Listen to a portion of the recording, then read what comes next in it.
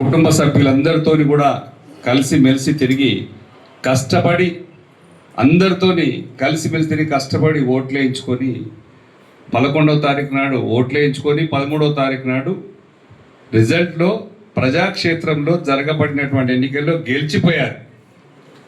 9 కౌన్సిలర్లు బీఆర్ఎస్ పార్టీకి వస్తే 7 కౌన్సిలర్లు మాత్రమే కాంగ్రెస్ పార్టీకి వచ్చినాయి.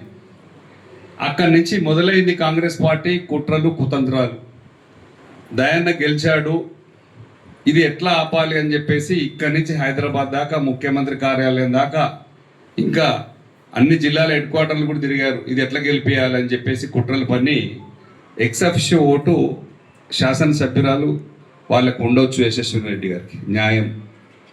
కానీ వరంగల్ ఎంపీ గారు కడియం కావ్య గారు వారు గెలవగానే మొట్టమొదలే ఎక్సఫిషియో 22/6/2024లోనే ఎక్సఫిషియో మెంబర్గా వరంగల్ గ్రేటర్ మున్సిపాలిటీలో అప్లై చేసుకున్నారు. ఎవ్రీ మీటింగ్ అక్కడే కండక్ట్ చేసుకున్నారు. అనేక సందర్భాల్లో ఆమె అక్కడనే ఉంది, అక్కడనే ఓటు చేయించుకుంది, అక్కడే ఉండి అక్కడే పనులన్నీ కూడా చేసుకుంది, తిరిగింది కూడా. ఓకే, మీరు ఏం చేశారు?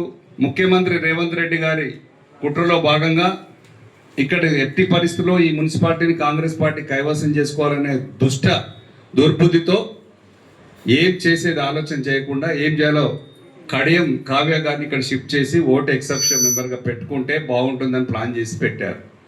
మొట్టమొదలు దానికి కూడా ఒక ప్రొసీజర్ ఉంటుంది.